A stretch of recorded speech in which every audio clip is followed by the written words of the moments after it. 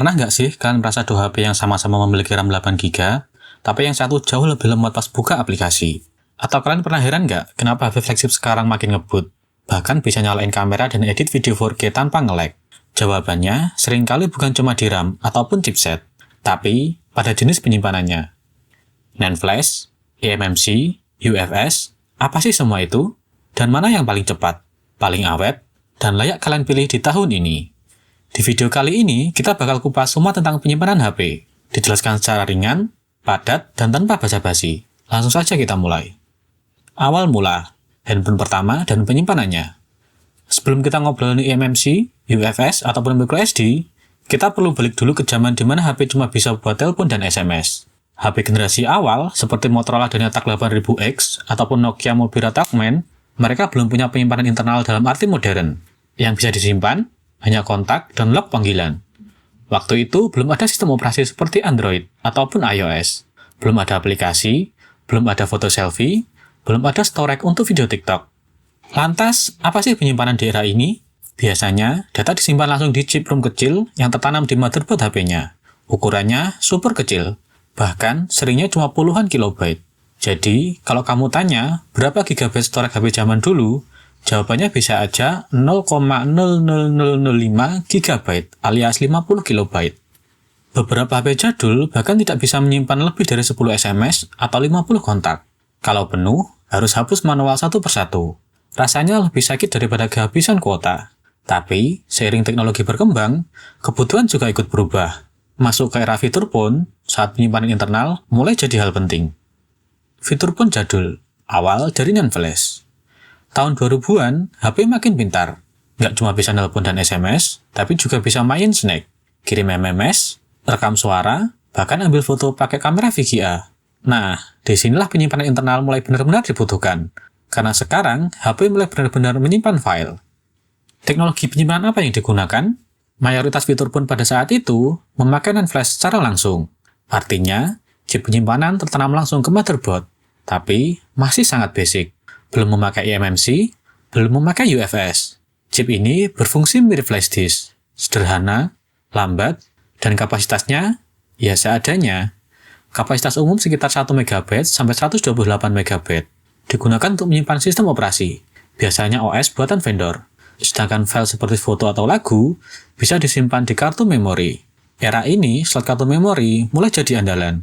HP-HP legendaris seperti Nokia 6600, Sony Ericsson K750i, sampai Motorola ROG R. Rata-rata cuma punya internal storage yang sangat kecil. Jadi, semua file disimpan di eMMC atau microSD. Makanya, pada saat itu, orang lebih mikirin ukuran kartu memori, bukan penyimpanan internal. Dulu, kalau punya eMMC 512 MB, udah dibilang sultan. Bisa nyimpan ratusan lagu MP3 dan ringtone polifonik yang kalau bunyi, satu warnet bisa nengok. Tapi kemudian, datanglah smartphone. HP berubah total, sistem operasinya jauh lebih kompleks, aplikasinya juga makin berat, dan disinilah kita masuk ke era eMMC. Lahirnya eMMC dan masuknya ke smartphone. Tahun 2008 ke atas, smartphone mulai jadi primadona. iPhone pertama udah muncul, Android juga mulai unjuk gigi lewat HTC Dream dan Nexus One. Sistem operasinya makin kompleks, aplikasinya makin berat, dan butuh penyimpanan yang bukan cuma besar, tapi juga cepat dan stabil. Disinilah eMMC naik panggung. Apa itu eMMC? eMMC alias Embedded Multimedia Card adalah teknologi penyimpanan internal yang mulai dipakai secara luas di smartphone generasi awal. Bisa dibilang, ini versi tertanam dari kartu memori eMMC, tapi langsung disolder ke motherboard. Versi awal dari eMMC sudah ada sejak tahun 2005, tapi baru di sekitar eMMC versi 4.41 sekitar tahun 2010, teknologi ini benar-benar mulai masuk ke HP Android. Beberapa handphone flagship awal seperti Samsung Galaxy S2, Xperia Arc, dan Nexus S semua memakai eMMC. Dan mulai dari situlah eMMC mulai dikembangkan. Mulai dari versi 4.41 ke versi 4.5, lalu versi 5.0 dan akhirnya versi 5.1. Jika ngobrolin tentang evolusi eMMC versi 1-3 rilis tahun 2005 sampai 2008, tetapi tidak pernah dipakai di smartphone. Hanya dipakai di perangkat embedded ringan seperti GPS dan MP3 player. eMMC 4.41 rilis tahun 2010, memiliki kecepatan sekitar 104 MB per second. Penerusnya, eMMC 4.5 rilis tahun 2012 dengan kecepatan 140 sampai 200 MB per second. eMMC 5.0 rilis tahun 2013 dengan kecepatan baca sampai 250 MB per second.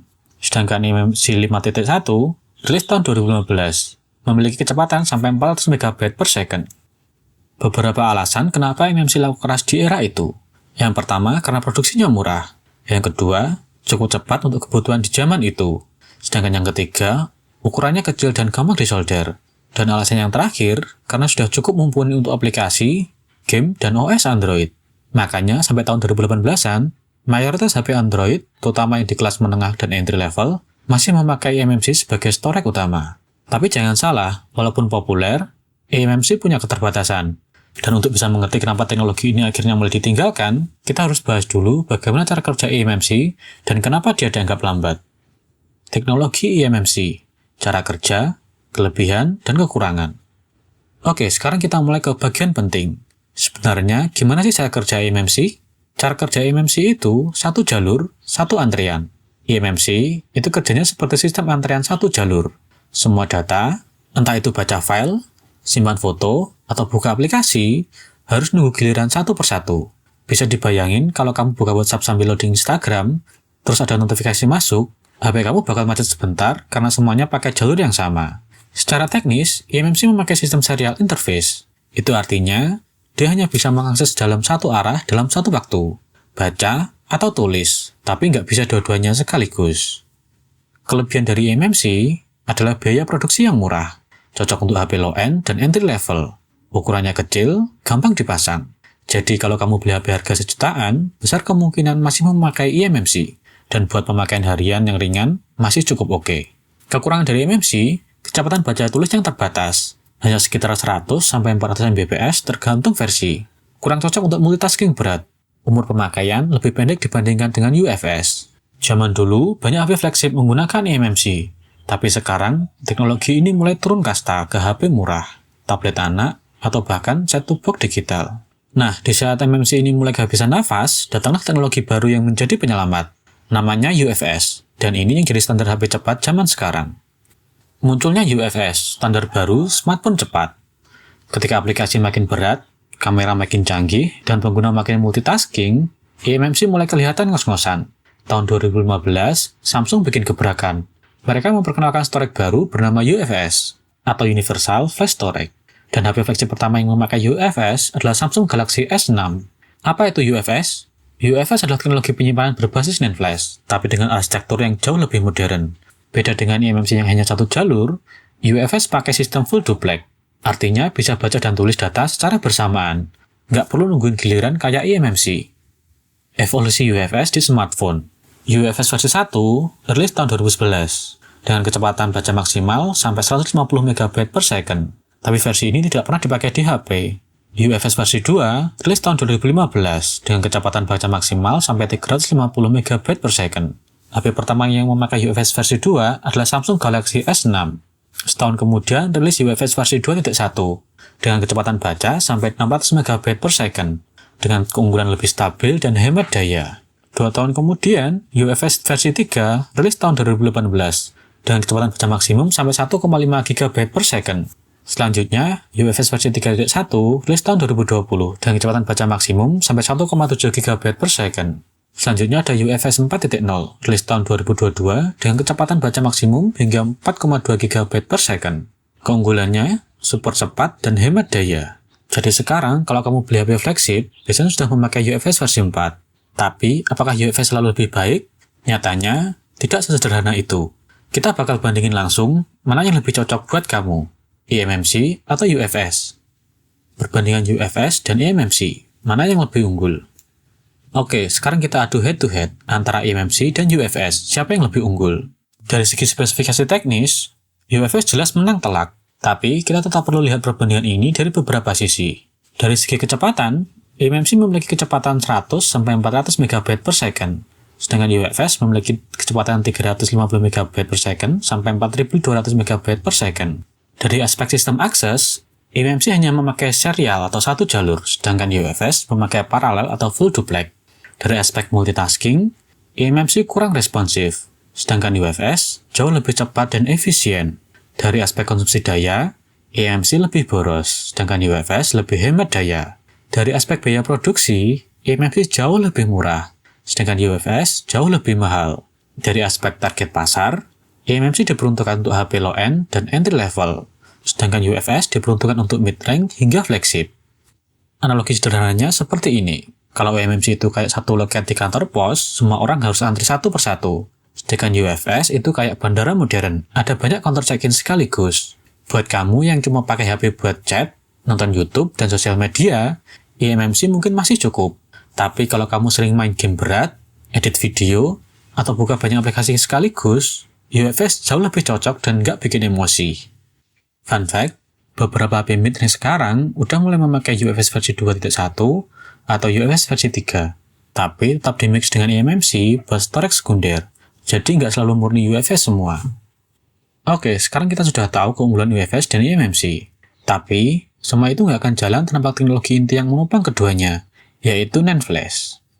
Teknologi inti di balik NAND flash nggak cuma sekedar kapasitas. Baik eMMC maupun UFS, keduanya dibangun di atas fondasi yang sama, yaitu NAND flash memory. Tapi apa itu NAND flash? NAND flash adalah jenis memori non-volatil. Artinya, data nggak akan hilang meskipun tidak dari listrik. Teknologi ini juga dipakai di SSD, flash disk, bahkan memory card. Di dalamnya, ada sel-sel memori yang bisa menyimpan data dalam bentuk angka 0 dan 1. Tapi sel-sel ini bukan cuma satu tipe. Jenis-jenis NAND flash ada 4, yaitu SLC atau Single Level Cell. Isi per sel hanya 1 bit data, dengan kecepatan paling cepat, daya tahan paling tahan dibandingkan jenis lain, dan harga produksi yang sangat mahal. Selanjutnya ada multi-level cell. Isi per sel adalah 2 bit data. Kecepatannya cukup cepat, namun lebih lambat dibandingkan SLC. Daya tahannya cukup tahan lama. Harga produksinya cukup mahal. Tipe ketiga ada TLC atau Triple Level Cell. Isi per sel adalah 3 bit data. Kecepatannya lebih lambat, umur lebih pendek, namun umum dipakai. Selanjutnya ada tipe QLC atau Quad Level Cell. Isi per sel ada 4 bit data. Kecepatannya paling lambat, daya tahan umur paling pendek, dan harga produksi paling murah dibandingkan jenis lainnya.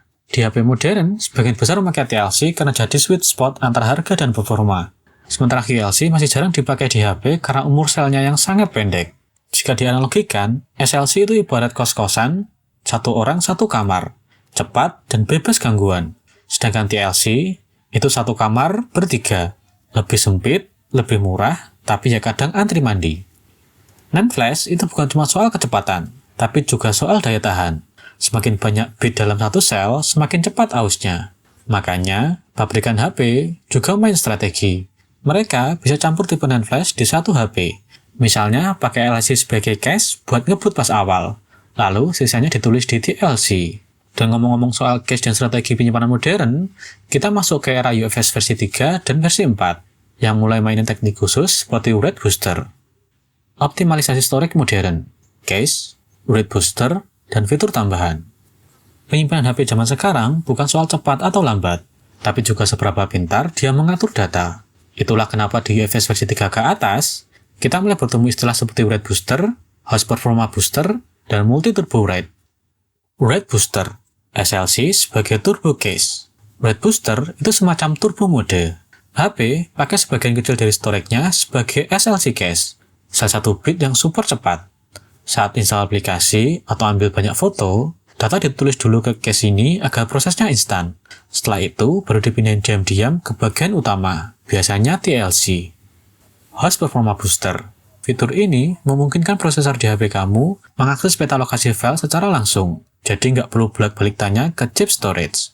Hasilnya, akses data jauh lebih cepat dan lebih efisien, terutama buat buka aplikasi yang gede kayak game berat. Multi-turbo RAID. Mulai dari UFS versi 4, storage juga bisa nulis data paralel ke banyak jalur sekaligus. Nggak cuma satu jalur kayak eMMC, tapi kayak tel 6 jalur. Ini bikin performa meningkat signifikan, terutama ketika multitasking. Tapi tentu saja, semua fitur canggih ini butuh sistem operasi yang ngerti cara manfaatinnya, dan juga prosesor, RAM, dan manajemen thermal yang solid. Storage di HP flagship versus HP murah, kenapa terasa jauh beda? Pernah nggak sih kalian ngerasa, kok HP flagship meskipun RAM-nya sama kayak HP murah, tapi buka aplikasi bisa jauh lebih cepat?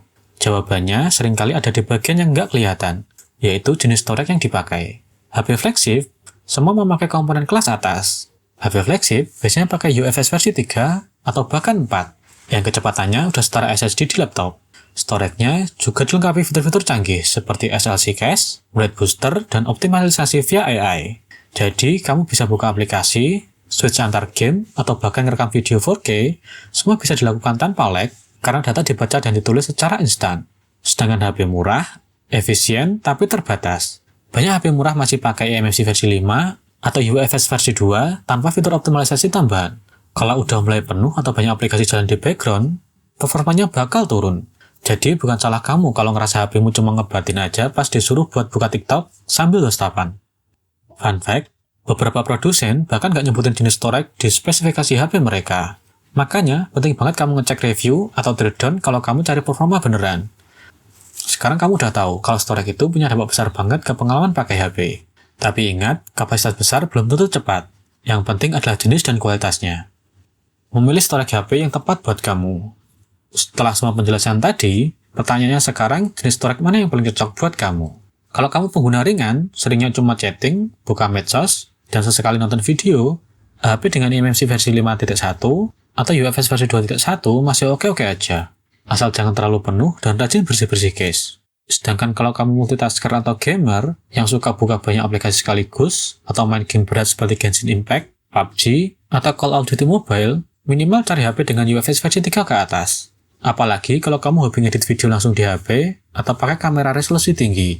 UFS versi 3.1 atau 4 itu wajib. Storage itu kayak otak kedua HP kamu. Nggak kelihatan, tapi punya pengaruh besar ke kecepatan dan kenyamanan. Makanya, waktu beli HP baru, jangan cuma lihat RAM dan prosesor. Storage juga wajib kamu cek. Kalau kalian ngerasa video ini ngebantu kalian lebih ngerti soal dunia penyimpanan di HP, jangan lupa bantu like. Share juga ke teman kalian yang sedang nyari HP. Dan subscribe ke channel Quick Tech ID. Di sini, kita bahas teknologi dengan cara yang santai, tapi tetap mendalam. Sampai jumpa di video berikutnya.